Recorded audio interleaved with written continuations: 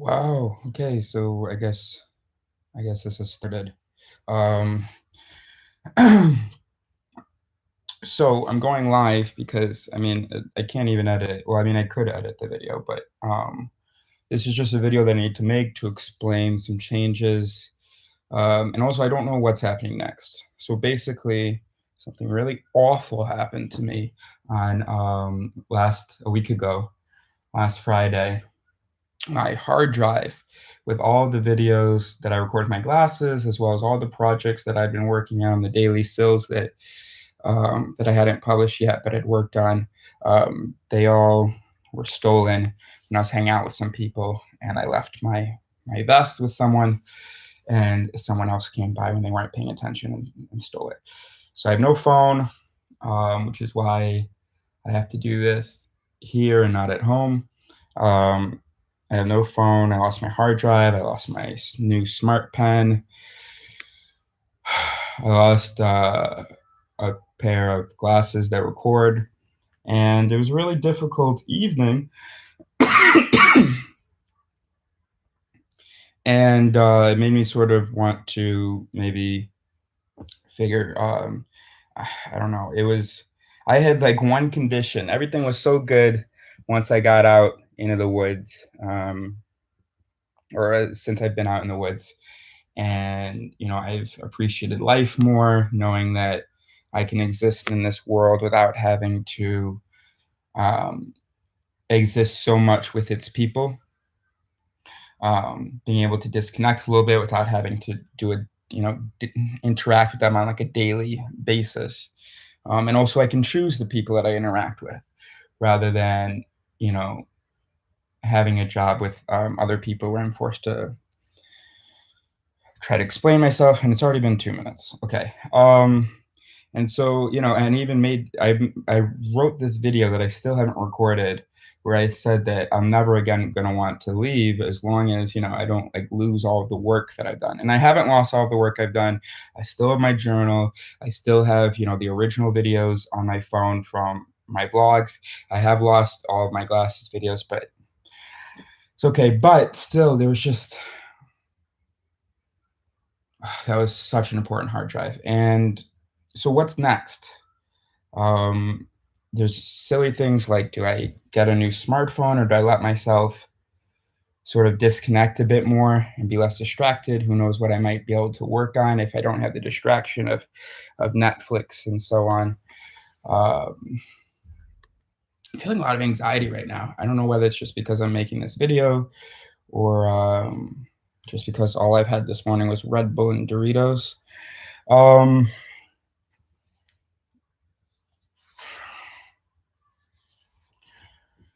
or maybe I'm just hot, actually. Um, this was a terrible idea. Why? You should just turn this off unless you're a real diehard heiress.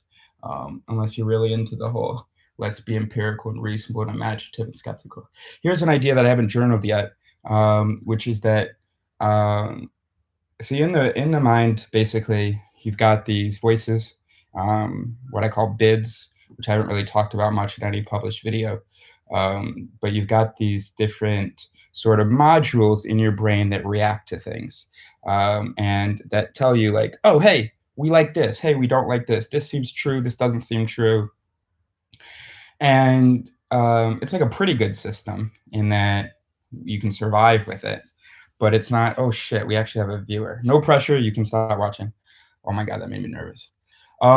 Anyway, so we've got these sort of modules in the brain that react to things. Mother Nature set you up with this kind of basic package of how to sort of interpret or really act in the world. It's not even about interpret, it's just interpret enough so that you can react to it, so that you can feel like you have some understanding in the world so that you can respond to it. And when you're born, you've got sort of these basics. It's not a perfect system. It's not a system that's going to help you find truth. It's just a really basic, like, if I see someone that doesn't look like me, I'm gonna, not trust them. If I see someone really handsome, I'm gonna think, yeah, they probably have good skills. If someone has long hair, then they're probably healthier. If there's this hip to waist ratio, then good sexual partner, and different things like that. Um, if someone, for instance, says the word because when they ask me to do something, I'm going to do it. But then, of course, what you have to do is have to then work on that. You have to develop that system according to what we've actually learned about the world and what we've learned about ourselves and the people in it, in the world. But of course, we don't do that. We don't do that. Our species, and that's it's incredibly sad to me. But instead, we just defend whatever sort of bullshit that we feel about the world, whatever our undeveloped, just beta version voices say about the world. We accept that, and then we tell ourselves that this is our own truth, and that everybody has different truths, and then we end up fighting over that, and we don't work on sort of ourselves or our perception or anything. It's just whatever seems true to me is true, and I'm going to defend it. And so there's two things that I want to talk about that relate to that.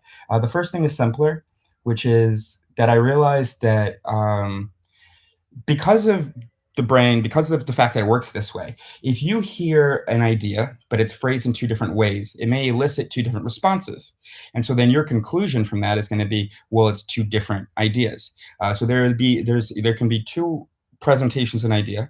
It's the same idea, but because it elicits different responses, you feel like it's two different ideas. And I should come up with an example. Don't have one, but I have an example for sort of the flip side, which is that if there will be things that will be very different things, but because it elicits the same response in you, you consider them the same thing. So, for instance, just an easy example is abortion and murder, right? Um, you feel disgusted, a life is being taken, blah, blah, and so you think that they're the same thing. Obviously, you know, they're not. So that's something I think it's just a little thing that could be really useful to you, just to be aware of that if especially if you draw an equivalence between two things, make sure that sort of objectively you can articulate you can articulate an objective relationship between the two things rather than just reaching for whatever you can in order to defend this sense that you have that they're the same thing. Oh God, that viewer left. Thank God. Well, I mean, I'm disappointed, but also, okay. Then the other thing is how to disagree with people. Okay. So I think this is interesting. And this is not at all what I plan to talk about. I want to talk about just, I don't know what I'm going to do next, whether I'm going to get a van and I'm going to leave Paris and I'm just going to go with my dogs into the mountains and just say, fuck society. You stole my hard drive, society. I'm done with you. I'm done trying to help you. I mean, next to you, I'm going to go off and come up with something for you. The other idea is that here's how I think you should disagree with people. So let's say that someone says something to you, you disagree with it. Now, what does that mean? You disagree with it. Basically, what it means is that one of those voices in your head was like objection, objection, objection. So something in what that person said triggered a reaction, a negative reaction in you.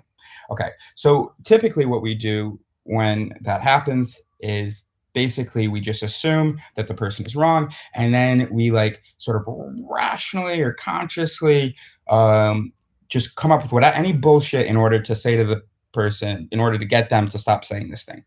I know you probably need examples. And I'm sorry that I don't have one for you. Instead, what you should do is and just keep an eye. Next time you disagree with someone, here's what you should do. You think that they're wrong. First thing, you need to articulate what this feeling is. Why might they be wrong? And as you articulate the feeling, you check in with yourself.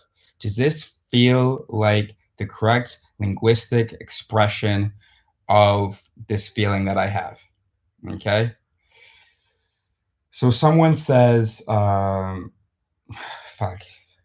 Okay, no pressure. There's no one watching. No, fuck it. I have no example for you. God, I'm getting hot. Oh my God, I might stop this live video. This is terrible.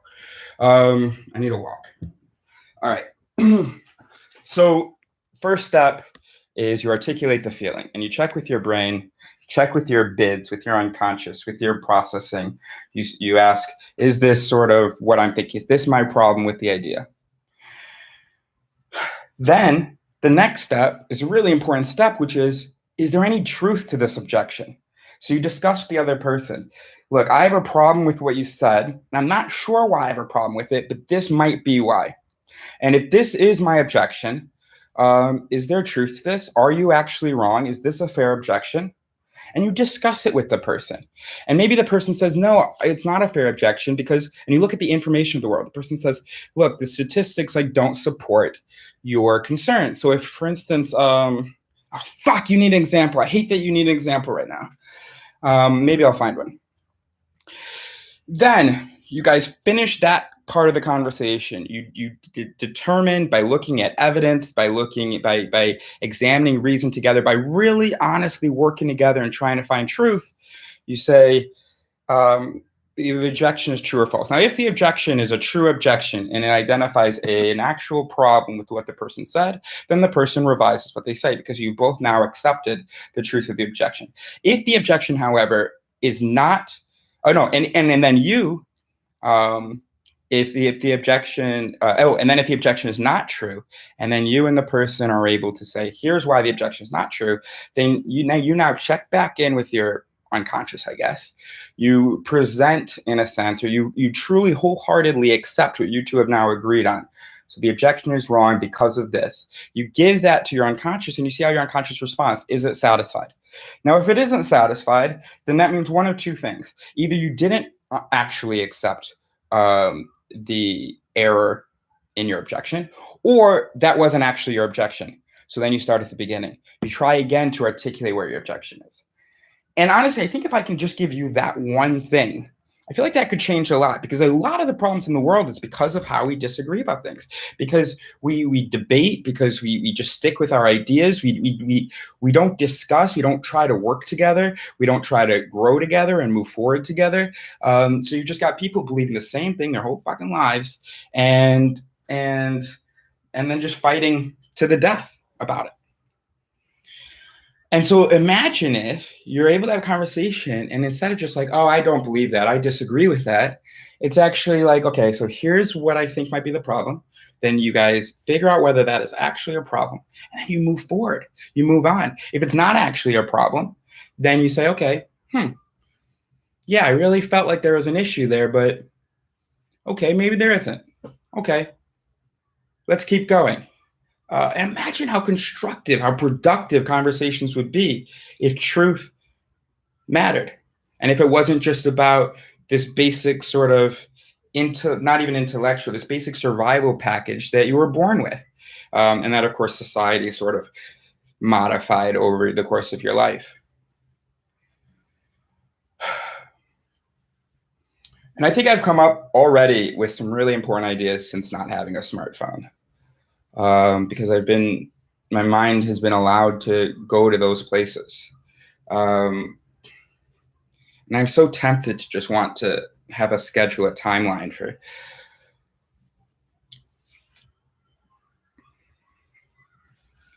for like finishing my work and then leaving you guys to it. That night, when my hard drive was stolen, my phone was stolen,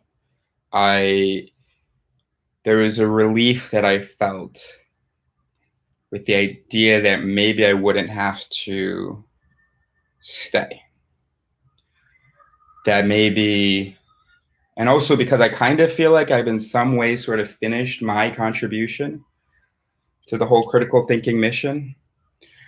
I've sort of come up with this ego myth, which is this idea that we have that we are these like reasonable souls that are aware of everything that's happening in our brains.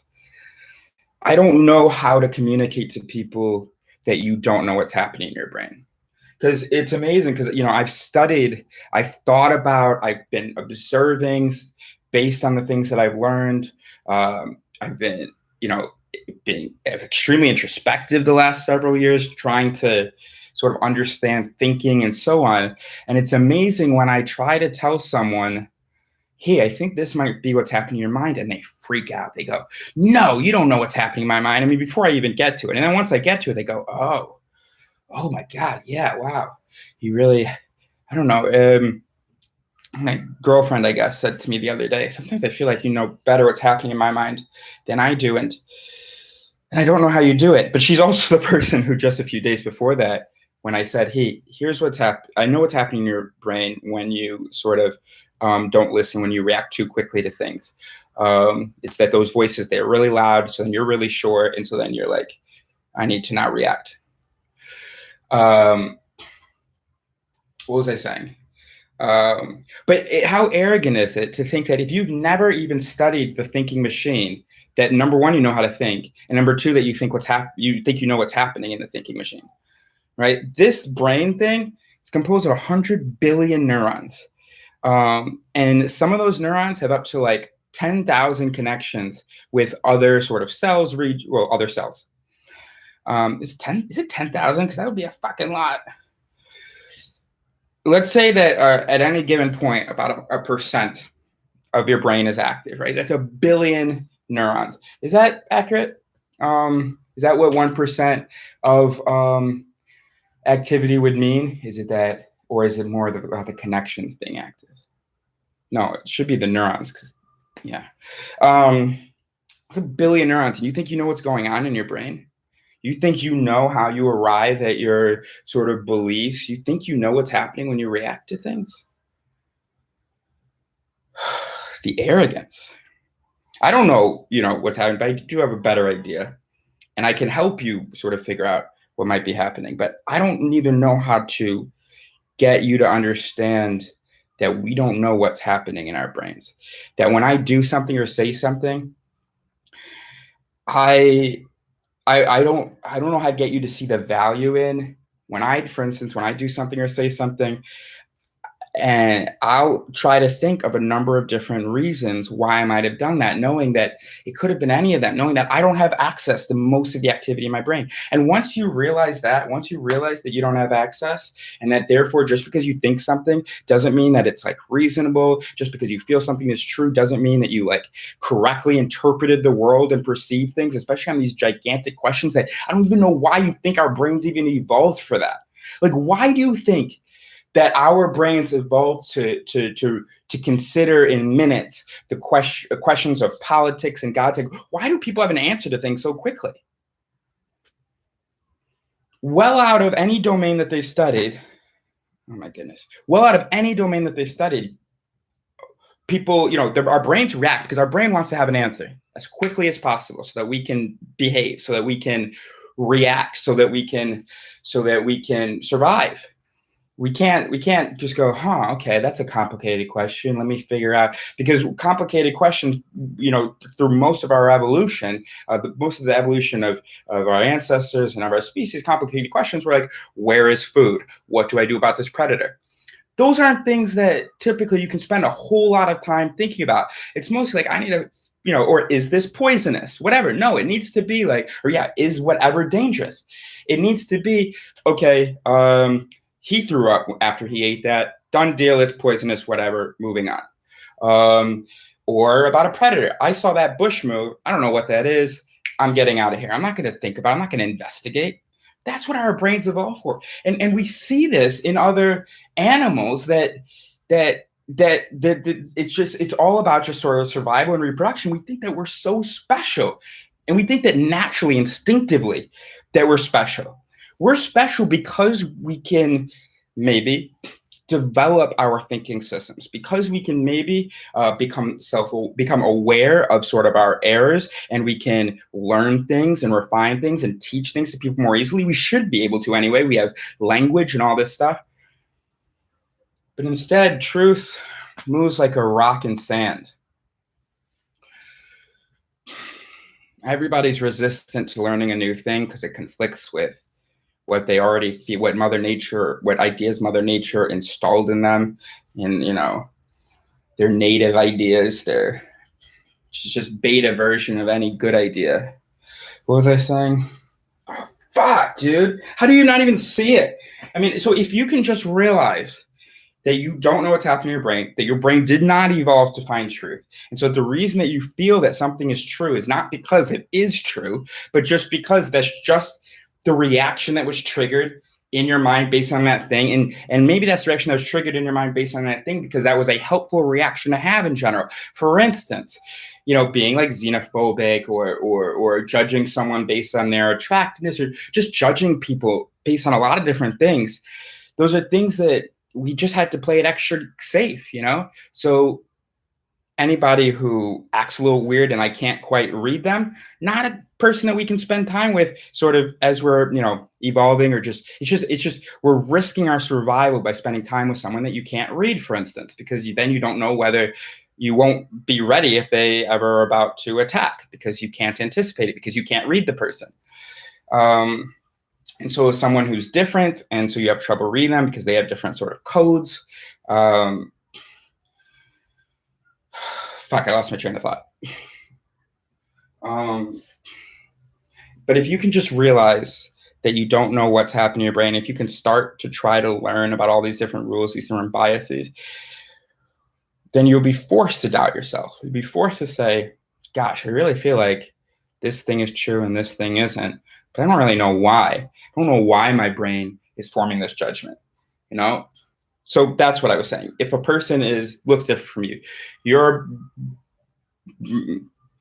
fucking Asian, they're African, they look different from you, so you trust them less. And rather than saying, I trust them less, now why? And then you say, well, yeah, it's because they did this thing. But they might not have even fucking done this. I mean, it happens to me all the time where people look for explanations to dislike me because of the way that I behave. Not because of any negative consequences that I have them, but just because of the way that I am.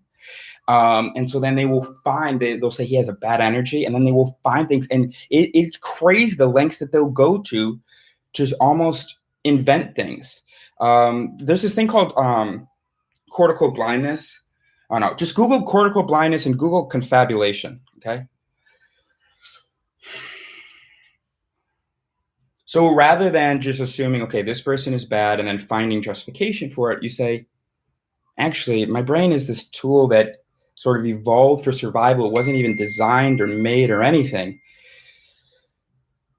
So, God, I'm getting hot. I'm getting overwhelmed. Fuck me. Fuck me. So then you say, okay, maybe my judgment of this person isn't even fair, because I don't even know really how I got here. So I need to look at the information. I need to try to be as objective as I can. I need to talk to other people who have a different point of view, who can sort of rein me back in, and I'll rein them in somewhere into the center, wherever truth is.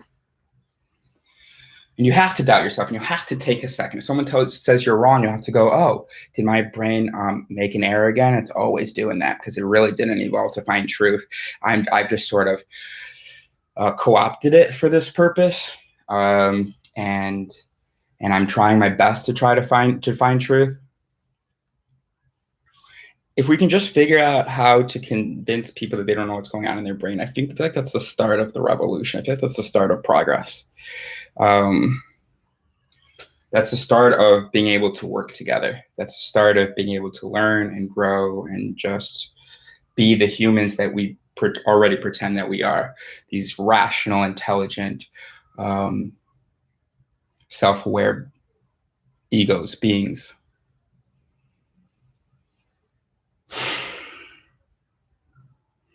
I don't know that I'm in a position to figure that out, because I can't interact with people enough or enough people to do that. I can't have a lab where, and maybe it's too late for people, because it's such a simple idea. Like, you don't know what's happening in your brain. Okay. If I tell someone that, and I give them experiments to demonstrate this, the reasonable thing, the first thing they should be doing is Googling what's happening in my brain. Like, what are these heuristics and biases? But maybe you don't even know what those words mean. Or if maybe you think by bias, I mean that, because something is in your interest, you're more likely to like it. Like, if a policy serves your community, you're more likely to like it. Because you had a negative experience with this thing, you're more likely to dislike it. That's not even what I'm talking about. Google list of cognitive biases. Okay. How is that not? If you're so rational and all this stuff, how is that not the first thing that you do? And yet almost nobody that I've given my spiel to has investigated, because they just have so much confidence. There's a thing also called the blind sight bias, or blind spot bias, blind spot, which is that we're unaware of our biases. And so we'll be able to see how certain biases will influence the behavior of others. But then if someone says, "Oh, hey, here's like a thing that happened in your brain that influenced your behavior," you're like, no, no, no, no, no. I was being objective. I was being reasonable.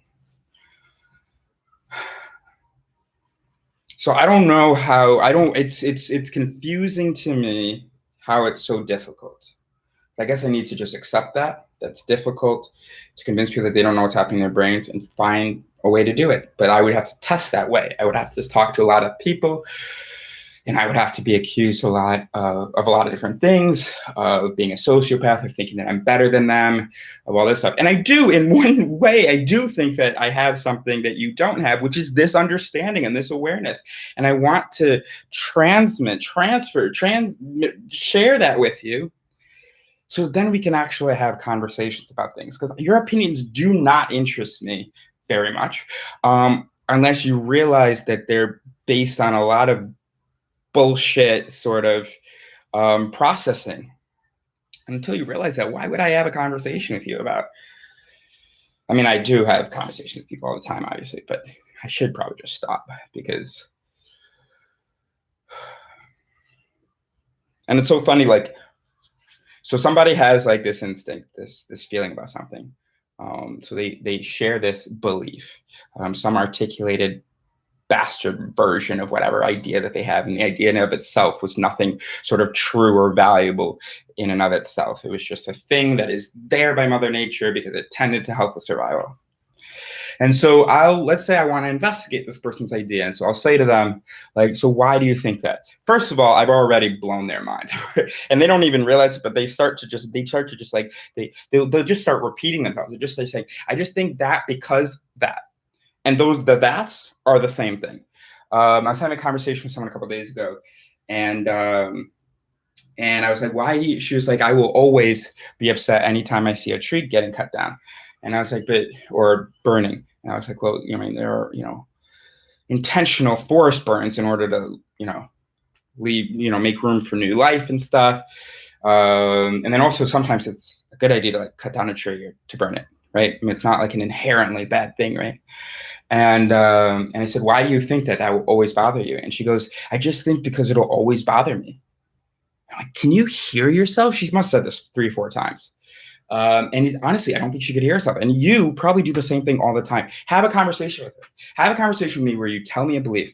And let's hope that we can get past the first step where you can actually give me one reason, like why you believe this thing, where you're not just repeating the thing itself. I mean, that's why there's the whole circular logic, circle argument. It's like a really common thing to just repeat yourself and think that you've satisfied the question. It's fucking amazing and sad. And let's say that you get to the point where you can give me one reason. You probably think that you can give me 5 reasons. You can, blah, blah, and you're all rational, blah, blah. But let's actually do it. Actually have a conversation with someone. Share a belief with someone. Ask them to ask you why you believe it. Try not to plan ahead of time, right? Because you shouldn't have to. If you believe this thing, the reasons should be there and available, right? Especially if it's something that a belief that you're willing to sort of share with people and tell people as something that is true, right? So typically what happens is, first of all, it's je galère to get past, I struggle just to get past, like, give me one reason. They give me that one reason, and then I want to investigate that reason, right?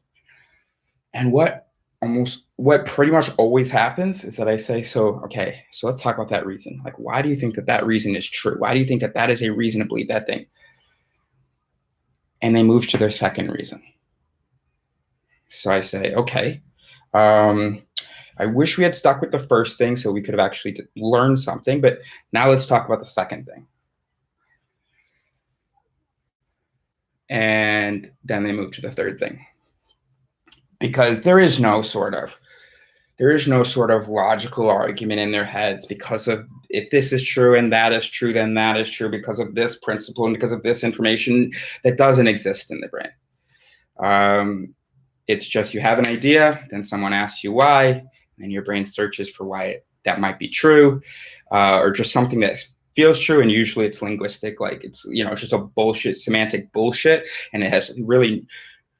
It can't even be evaluated, the sentence. It's just a meaningless sentence that sounds like it supports your idea. And then, of course, when someone asks you more about that, then your brain is like, oh, that you're not, that's, I haven't defended my idea well enough. Okay, hold on, let me come up with something else. How are we going to get people, how are we going to break the ego myth? Get people to understand that we are not these reasonable, self-aware beings, that we are brains just like every other brain, and that we are not aware of most of the activity in the brain. We are basically just, our conscious is basically just an observer of a fraction. Not even, I mean, it's mostly, we really just observe our behavior. I don't even know, I mean, and our feelings. But not sort of we can't really observe a lot of the sort of internal activity before it becomes like a physical feeling or a statement, or an action. I mean, obviously, if you have an inner mind's eye, if you have an inner monologue, there's certain things that you can explore inside, but really all those are outputs. We're still not exploring the actual activity, the processing. We don't see that. Why would we? How would we? Or maybe we could, I don't know. So how do we do it, guys? How do we do it? And if just one fucking person can work with me, I promise I would stay. Like just one. And sorry, that sounds like maybe some kind of a threat or something. Your brains might be freaking out now. Like, oh my god, you're saying that if he doesn't find a work partner, he's gonna. No, it would just be a lot easier if just one person out there that was as interested in helping humans sort of get along. I have another viewer. This is freaking me out. If I could just get one person to, now I'm sweating. All right. Yeah. Thank you, Jesus. Okay. They're gone. If we could just get one person so I could bounce ideas off with, someone who is aware of how stupid we are, how stupid they are, how stupid I am. I feel like a crazy person because everybody wants to believe that the world is so reasonable and humans are so good at thinking. Look at the fucking. All right, I'm done. I'm not done. I'm done with this video. Okay. So I don't know whether I'm gonna move. I'm just, maybe it's time to just take the leap, move out in the mountains. It would be so amazing out there, or just something new. But I think I'm done for a little bit with the videos though. Maybe I'll live stream again, but I was already having a hell of a time trying to keep up with the daily videos. As you can see, I posted about 90 from like the last 300 days or 350 days. And now that I don't have my hard drive, I lost my whole Final Cut library from the last year and a half. And so no, I'm just gonna, and also I was just always so overwhelmed by having to do those videos that's why I would watch Netflix and so on. And be on my smartphone. So maybe I just need to take the pressure off and just think and journal. And it's okay if I have no visible output. Okay. Thanks, everybody. All right, I'm hot. I have to leave anyway. Okay, bye. My fellow risers. Oh, your stream will stop immediately and you will no longer be live. Yeah, and it was supposed to be a dramatic, like I clicked on end stream and it was done. I looked away, whatever.